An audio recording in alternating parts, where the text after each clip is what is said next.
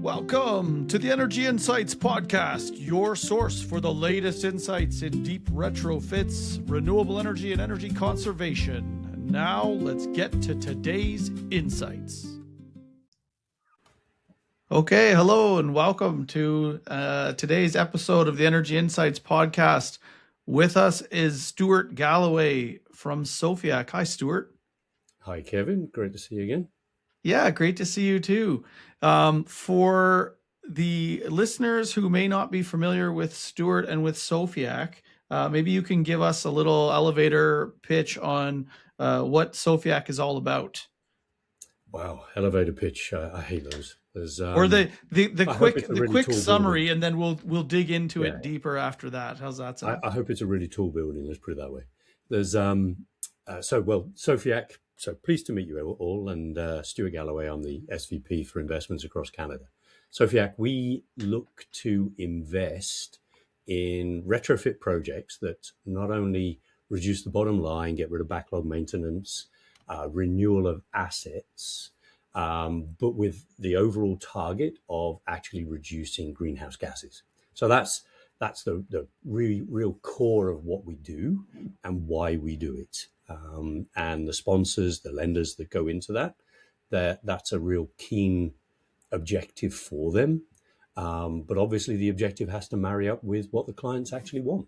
And the message is not always quite the same. So the idea is to hit as much of that and do it in a way where the client never has to actually put their hand in their pocket whatsoever.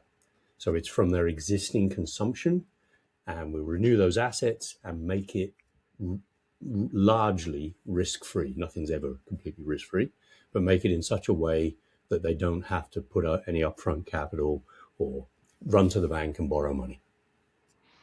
Well, that's really innovative. Certainly when we first heard about you, we thought, okay, this is going to be a really great fit for a number of clients.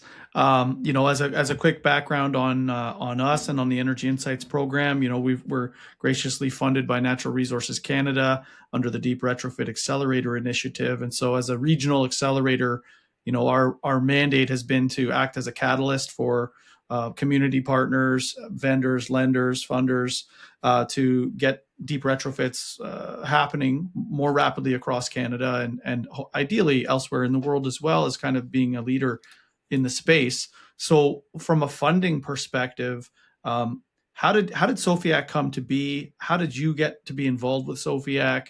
Maybe walk us back a little bit in terms of Stuart and your involvement in the industry, and then what makes SOFIAC? I mean, you've touched on a little bit, but just let's go a little deeper into what makes SOFIAC unique relative to traditional lenders, for example. Oh, right. Interesting. So without boring everybody about a huge background, I mean, one of the key differences is that we borrow money, but we don't lend money. And there's a key importance in how that impacts a client's balance sheet in how we structure that investment. So, but how we originated, we were actually incubated in Quebec. It was partly sponsored by the Ministry of Energy at the time. And so what year would that have been? Oh, sorry. Yeah. 2021. Okay. So, COVID, right? Prior to me joining, I didn't join until 2022 when we rolled out across the rest of Canada. Main part of that is because my French is rubbish. So, but we had some money that came from the ministry that is equivalent to what we have as the DRE, the Deep Retrofit Accelerator Initiative money that's now rolling across Canada. So we had something similar to that there, which allowed us to gather some sponsors, one of which was the Canada Infrastructure Bank. And just as the Canada Infrastructure Bank was changing its mandate to accommodate retrofit world, prior to that it was more GHG, but it was more infrastructure investment. And obviously they still do that. But yeah, we were the first and the largest aggregator to approach them and say, hey, we want to roll this across Canada. Why don't you allocate us a chunk of money out of that retrofit money you have? And we'll take on that aggregation role, and we will collect projects across Canada that meet your criteria. and that targets is GHG reduction. So the money they lend is the interest rate they charge is directly attributable to how much greenhouse gas we reduce in a project. But Oh, by interesting. averaging that across Canada, we can take that role, that responsibility. So the more GHG you save, the better the rate. Effectively, yes. If it's over 50% GHG, that was the lowest rate at the time. And at the time when they launched, it was before the world went to hell in a handbasket. Um, I think the lowest rate that they were offering at that time was about 1%. And the highest Wow. was 3% if you were at around 30% GHG. So, and anywhere in between, it was a sliding scale. And then as a lender, you've got a little bit of a bump on top of that. You've got some We to have a small ultimately make bump. your money back on it. Is that how SOFIAC ends up, staying afloat essentially? Kind of, yeah. We don't actually bump the money as such. I mean, we have a bit of a hedge Mm, just because the fund, if I look at a project in Alberta, it's a lot more challenging to hit the GHG reduction right. than if I've got one in Quebec. So we have a little bit of a hedge because I'm not sure exactly what our portfolio is running at, but I think it's just slightly below 50% GHG average across country at the moment.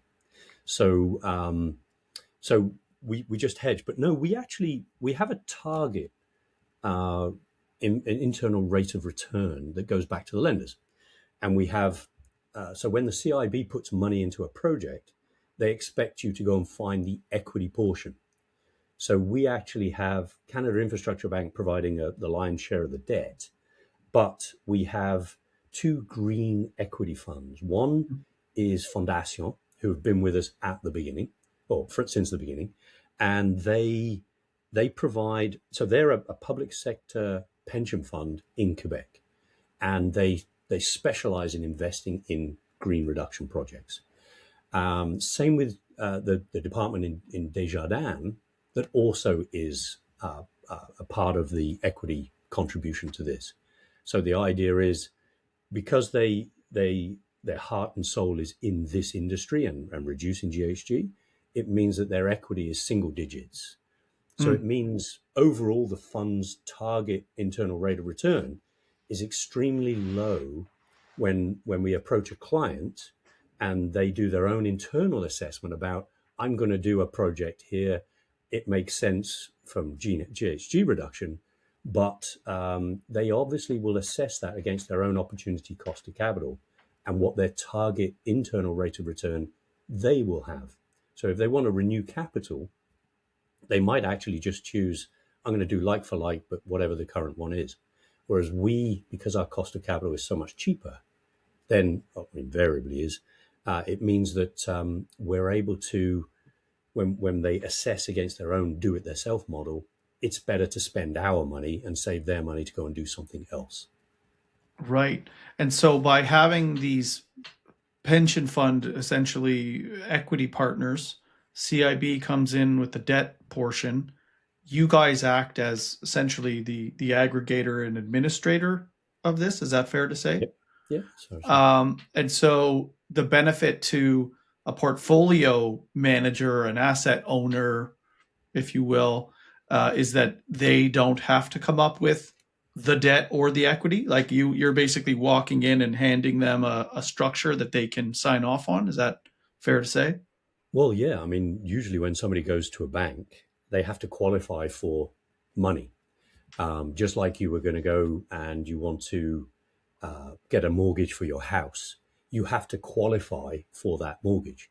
But invariably, they'll say, well, okay, what kind of deposit are you going to put in? The deposit in this example is the equity side.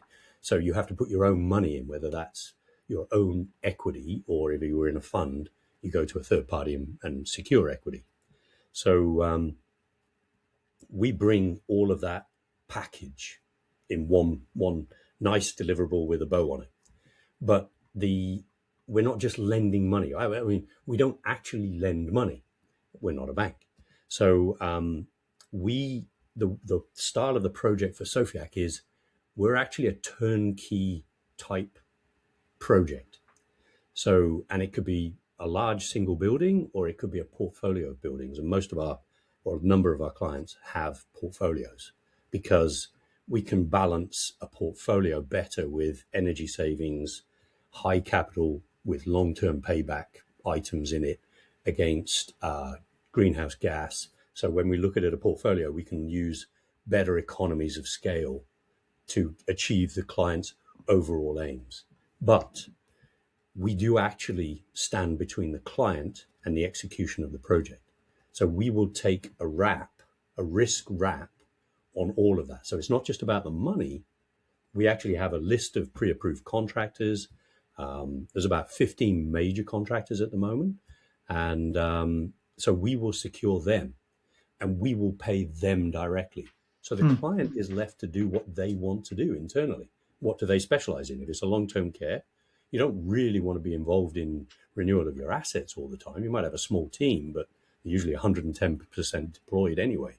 So we will work with them, take the lion's share of that responsibility. They have all the key decision-making still, so that it's still done with them, not to them, but we will do all that lifting. And the arguments between us and the contractor, the client remains insulated. Great.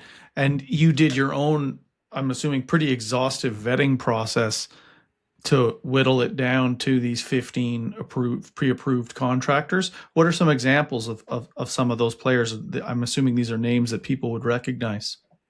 Well, there's a lot in there that people will recognize. So people like Johnson Controls, Honeywell, Trane. We also have some engineering firms, so MCW.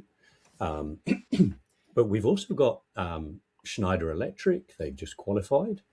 They do ESCO type work, Energy Service Corporation, company, sorry.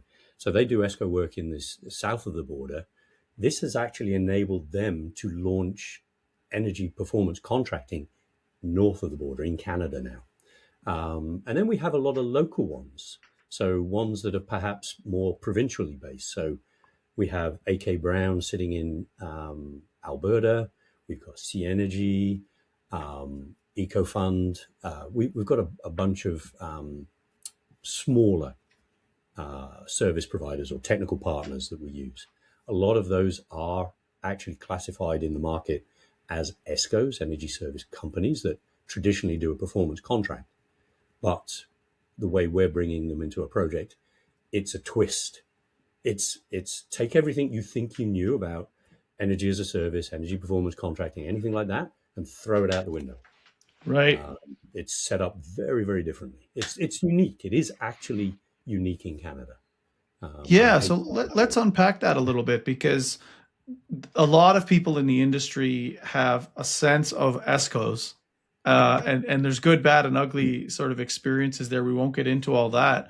So what I like about SOFIAC is that you've really taken this unique approach. So let's talk a little bit about how it's different from an ESCO, and maybe even for all those contractors out there that might be interested in kind of aligning yourself with a funder so that you can help get more projects going and be a part of it. What are you looking for in a partner like that? Yeah, it's interesting because there's some key differences between an energy performance contract and a SOFIAC contract. The most obvious and easiest one is we're not an ESCO. We aren't the technical provider that is actually doing the work. We actually secure them to do the work. So we have some technical expertise in-house, but we do not do the design. We're responsible for looking at that. And you mentioned about we must have a rigorous selection criteria. We very much do, because in this, because we're a lender, we need to make sure that if it's a 15-year program that with a client, everybody, the client and the technical partner, are still going to be around at the end of the day. And it's our reputation if they don't perform very well. So we're on the front line. So we need to make sure they're capable of doing that. But key differences. When you do an EPC, an energy performance contract, you sign as the client a tripartite agreement. The tripartite agreement is with a lender, somebody that's providing the money to the project, the technical partner, the ESCO, the JCI, the Honeywell, and you're standing in the middle as the client. You are responsible to pay back the money to the lender, whether you make savings or don't make savings. So if you're committed to repay their investment $100 a month, you carry on doing that whether you do or don't make savings. But you have to then chase the ESCO. Your proof of whether you've made the savings is on the client to chase the ESCO if they aren't providing you with the savings, and they're supposed to make you whole. But in the meantime, Right. you're always paying the bank. And that's probably one of the biggest reasons why the ESCOs have got sometimes a reputation, because that's where things have fallen apart on some of those historical deals that we've all heard about. And you're always working. You're absolutely right. You're always working as well off what is the ESCO's proffered contract. So their contracts are, I mean, obviously it depends on the ESCO, but like 15, 20 pages. And there's a lot of trust me in there. There's when you actually try and broil the contract down. But the key part is they're also responsible for measuring the savings. So that's a bit like turkeys voting for Christmas. Why would you, why would you say, oh, we're underperforming this month? So, hey. Now, that's a bit of a disservice because ESCOs are reputable and don't do that. But in our case, we have an independent third party that the client picks, an energy engineering firm, and they will measure the savings. And the difference is we're working under a shared savings model. So I'll pay for everything. I pay for all the investment, all the development, all the construction, everything. And if there are no savings, the client pays me nothing. Zero. Now, obviously, we wouldn't last very long as a fund if that was the case. So Right. The first thing we turn is to the technical partner. So the proof is on, we have to prove that there are savings or not the client, not the ESCO. There is that independent third party will tell everybody at the same time. We turn to the technical partner and say, what the hell, get in there, sort it out. So we're responsible or sitting in the middle of that pot. But there's another key difference is when you are in an ESCO or you go to a bank and you borrow money to do a project, they securitize your property. So they'll put a lien or a lease, or so if you stop paying, they're going to either come in and rip out the equipment or they're going to reclaim your building, just like a mortgage. Right. We have zero security levied against the client. Our only assurance that they're still going to be around is we do a credit check. And as long as they're above investment grade ready, and even then we've sort of looked at other ways to protect it, if not, but letters of credit, that sort of thing. But if they're investment grade ready, then that's it, we're good. So there's no security against their asset. So if they need to go and raise money for something else, we don't exist. The client, they have first call on that client. So we're not regarded. That's the last thing. So the third part of why we're very different is when we bring the money into the project. So remember I said we borrow money, but we don't lend money. Right. So the key aspect to that is no security against an asset. The client therefore owns the asset outright. So everything we put in, they own it. And we're signing a service agreement. And the service agreement is predicated on there being savings. No savings, no payment. And they only pay us a part of those savings, 85, 90% of the savings. So they keep 10 or 15% as an operational avoidance of cost or saving. When you add all those together, and you just have to trust me because this is a very long conversation with accountants and auditors, and in cure for insomnia for pretty much everybody else. But it means that the way the money sits on their balance sheet, it doesn't hit their debt service cover ratio. Their ability to function, use their own money for their own needs or borrow money to do other things. So the banks if they've already got a first call on them, don't need to be involved. So does that put it as essentially what we would call off book or off balance sheet financing? There's no such thing as off balance sheet financing. A lot of people get a bit, yeah, a lot of people go after, I want this off balance sheet. It doesn't exist. It's There was a still a paper written, contract, it's still there. It's just it's not how it's recorded that's the big right. difference. The ledger entry in the accounting. And we And structured this up front with Ernst Young so that, because until we change the accounting rules in Canada, which of course isn't going to happen, but IFRS, PSAS, whatever it might be, it will always sit on a balance sheet. The client is owning, we've given them an asset for free. So it sits on right. the balance sheet, the asset. They get to Right. The depreciate. asset goes on there as property, plant, and equipment. It changes those numbers around. You've got $100,000 new chiller, new boiler, new whatever. That's changing the asset value of your buildings. And then on the liability side, how is it reflected? Or on the liability side, they still have a liability to pay us a portion of the savings. But this is now regarded a bit like a service agreement, as if I've signed up with a utility company, which obviously I have, I've signed up with a utility company and I'm paying them my monthly payment for the utility I consume. Right. It's set up in a very similar way as that. So it's maybe more noticeable on an income statement then, or a cash flow statement, rather than on a balance sheet on that side of the equation. Exactly, and it's more. It's not a note to their accounts because they do have this ongoing liability, but there's no balloon payment when they get to the end of the project. Right. If it's a 15-year program and it hasn't paid out, client just walks away. That's our problem. We lose the money. It's more registered as accounts payable, just like short term accounts payable. Would that be a Um, fair way to I'm not categorize an it? accountant. I'm corporate finance, but I like your way of saying it. Yes, it is Right. exactly that.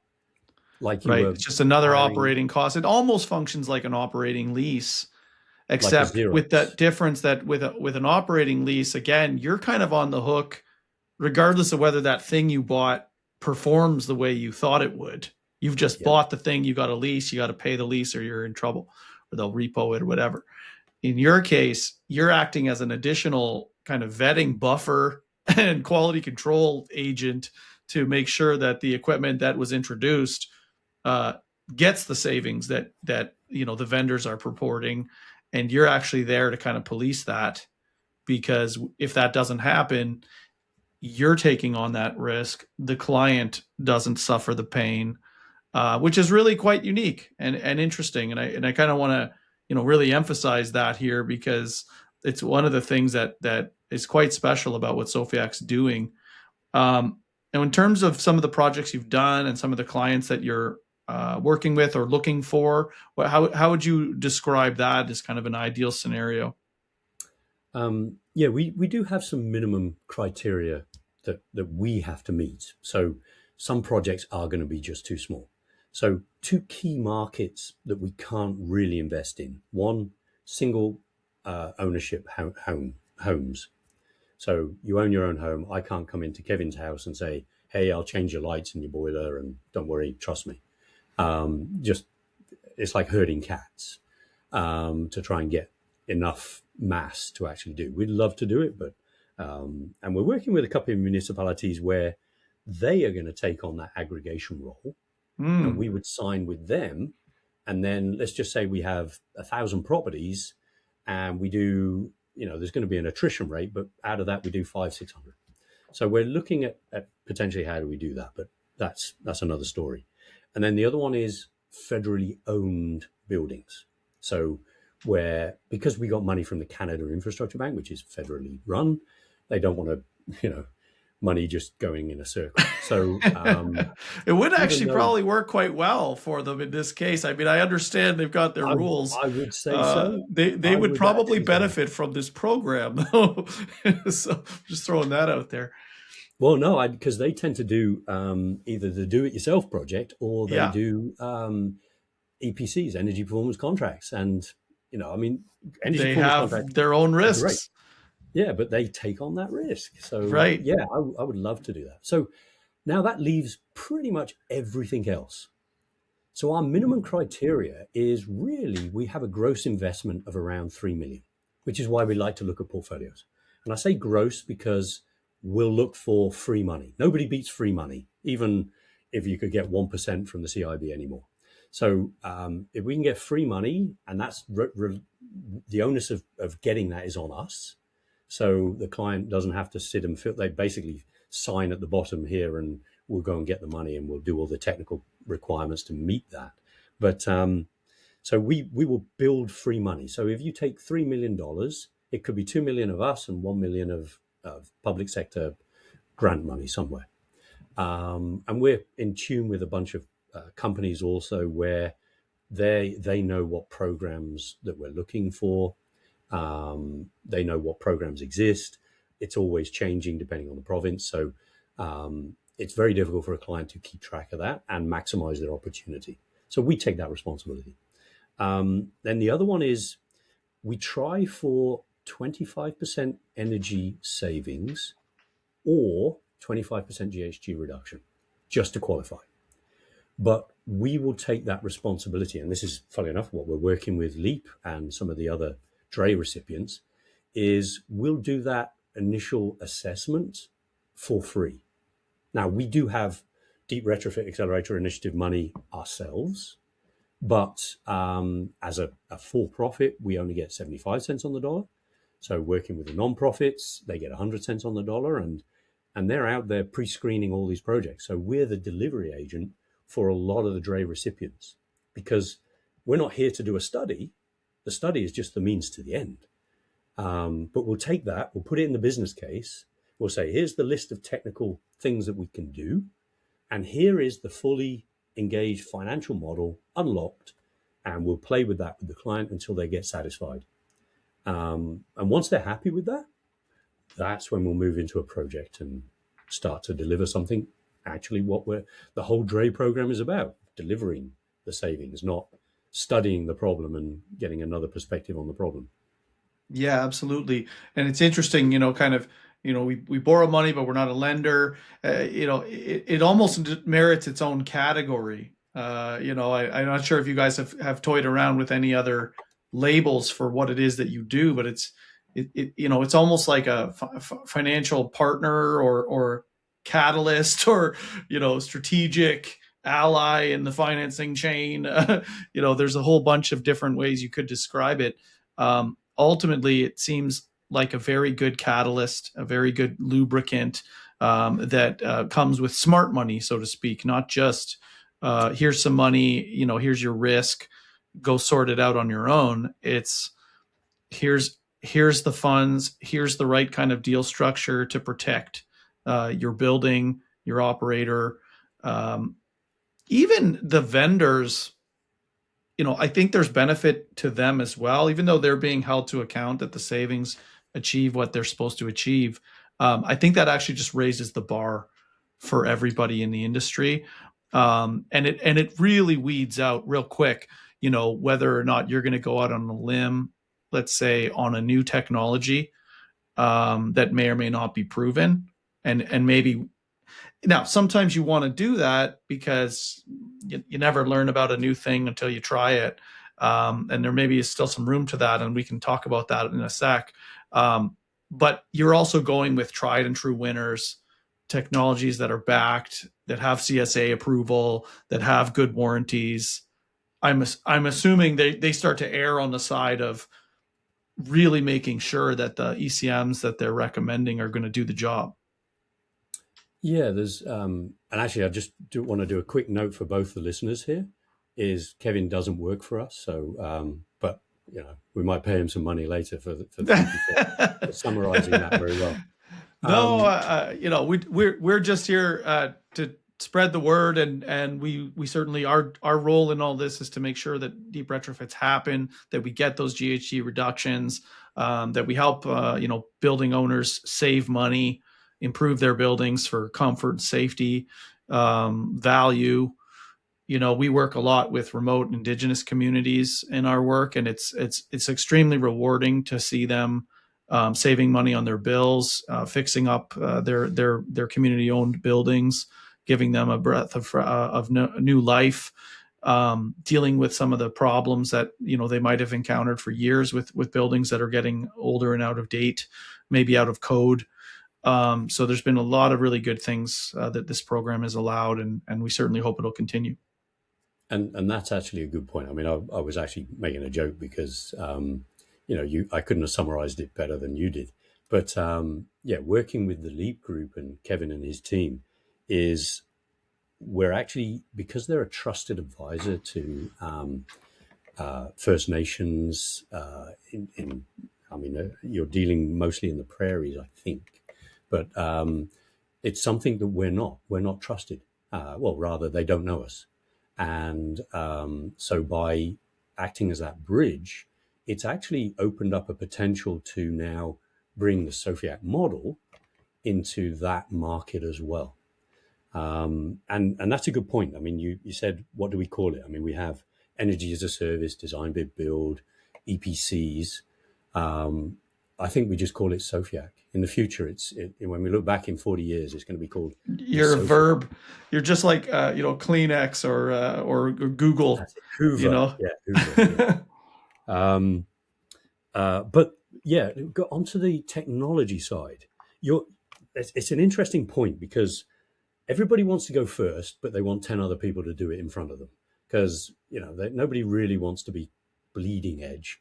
They want to be just slightly at the front edge, but they want to make sure. I mean, usually, especially public sector, the question we always get is, well, who else have you done? You're talking to a municipality. How many other municipalities have you done?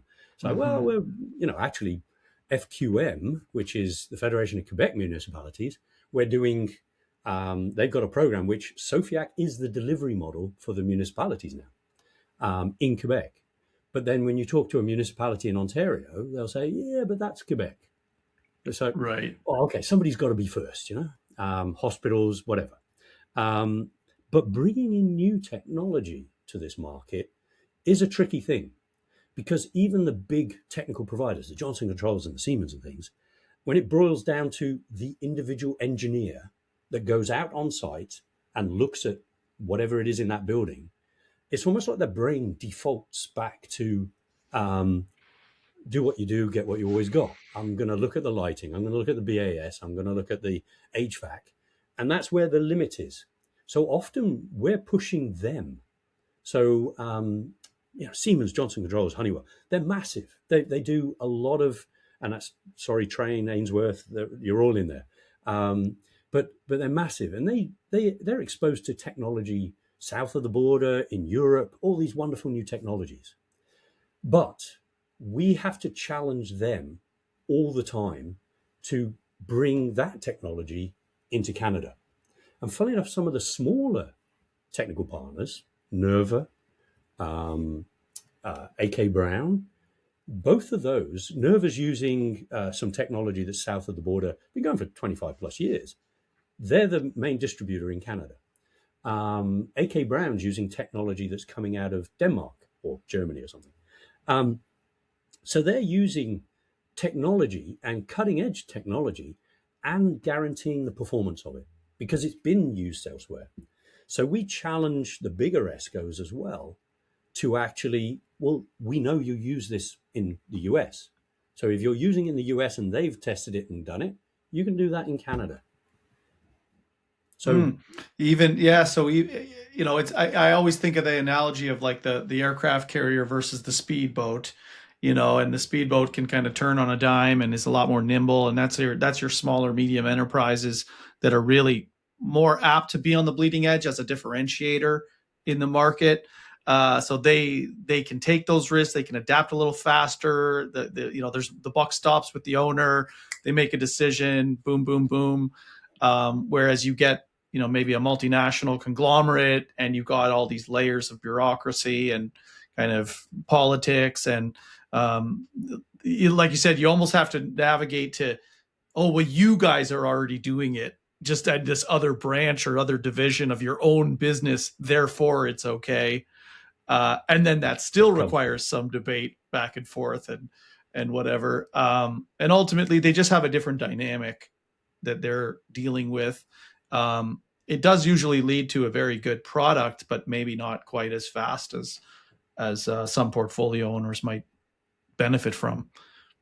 And let's face it, I mean, I just quoted the Einstein, or misquoted, I should say, the Einstein thing of do what you do to get what you always got. But is I mean, SOFIAC is here to do this as well, but I know other people are as well, but we're here to do something different. We're not here. A client, what's the benefit to the client if we come along and say, hey, we're going to change a light into LED and we'll save you this money? They say, well, I can do that, and it's pretty well recorded how much an LED is going to save over a halogen. I don't really need to pay that risk transfer because there is a cost to the risk transfer, but it has to be a value for money product. So we have to go further than what a client can just do themselves, and also push the clients. I mean, a lot of clients will only look at sort of a 5, maybe an 8 if we're lucky, simple payback on their investment, which really limits what they can do. Whereas we're trying to do envelope, we're trying to do renewables, we're trying to do a lot more than perhaps they would think about. And if they've got a life cycle replacement program for the next 5-10 years, right, we know the boiler's going to do, so we start putting our pennies away now for doing that, or sorry, cent, wrong country, putting their money away to do that now, is we're going to accelerate that capital replacement, do it on our dime, and do it today. So instead of, I've got this target of net zero by 2045, 2050, whatever that might be. What if I can get you to 30, 40% GHG reduction towards your net zero goals, but I'll do that today, not over 5-10 years. I'll accelerate that today. So that also with ESG reporting, you have insurance companies and you have credit rating agencies now are looking at people's portfolios.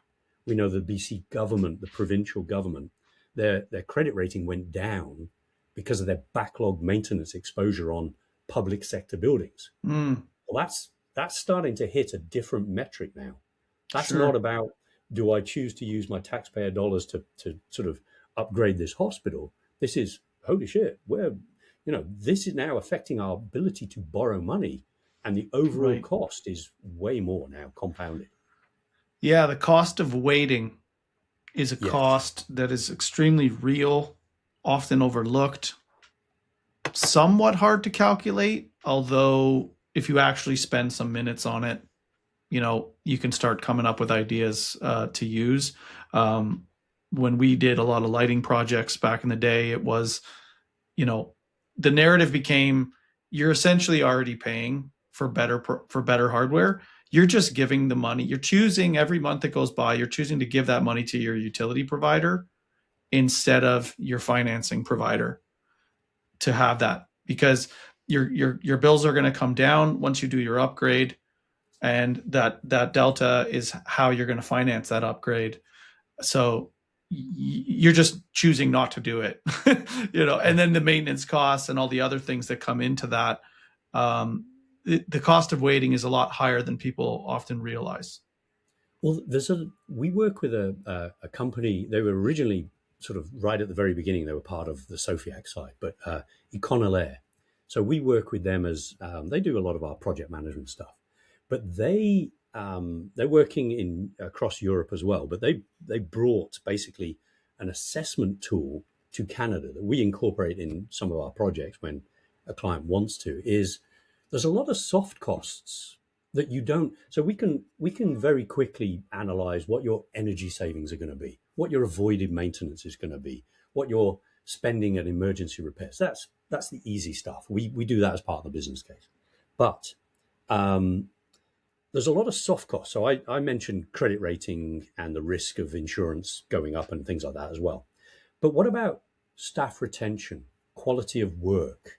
You're working in a better environment. You're not, if you're a school, you've got poor Johnny sat by the window with his coat on, and you've got Alice sat over by the wall on the other side of the classroom, sort of, without a coat. One's hot, one's cold. Now put that into a workplace, and we're trying to encourage people to back into the workplace. But you have to make that a comfortable environment. Otherwise, the risk of people moving. So what's the cost now of replacing that person? The recruitment. So they've got a tool that looks at a lot of the soft costs, because clients traditionally, I've been a client, I've worked for one of the big four and everything, is we don't always look at those softer costs when we're doing a cost benefit analysis on, I need to change a boiler. We were working with a large hotel in Calgary, and we started in the summer having the conversation, it's all going, and they've got this boiler that's really struggling. Came the winter, and it was over the Christmas period, so they were maxed out, and their furnace, whatever it is, went down in the middle of winter in Calgary. It's minus 20 or whatever. They had to then redistribute all of their hotel guests across different hotels at their cost, because they didn't move fast enough in the boiler. It is only then that they recognized the critical need and said, we got to do something now. Come and talk to us. So I mean, I feel their pain. It's certainly human nature, isn't it? Like, how many times have we had friends and family who have, they get around to fixing it after it's broken, right? Yes. It's almost like the way that humanity has evolved. It's a miracle that we're all still here. But certainly, when it comes to being an asset manager and a building operator, it doesn't pay to work that way. You're going to be far happier. Your job stability is going to be a lot better. Your ownership group's going to be happier to get out in front of those things, do the proactive maintenance, do your capital plans, and do those upgrades sooner than later. Now, one thing that we've encountered is in some cases where the compensation structure of the workers is misaligned with upgrades. So you might have somebody within the chain who gets a bonus based on profitability, and another person in the chain, maybe gets a bonus for not exceeding their budget, and then so you end up with this mismatch of like, I'm not incentivized to get savings for the owners.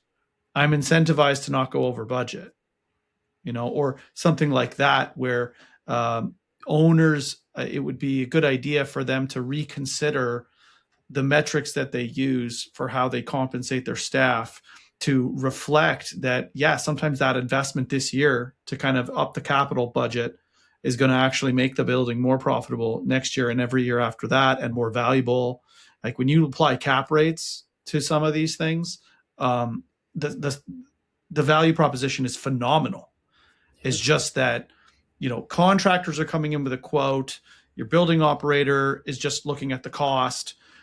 It's 3 steps removed from the owner of the asset to kind of do the math, or the CFO may not be involved in that conversation even, or it takes months to get them in the room, and they're not necessarily seeing that, this $10,000 investment is going to save me $5,000 on a 5% cap rate. That's $100,000 that my building is now worth more.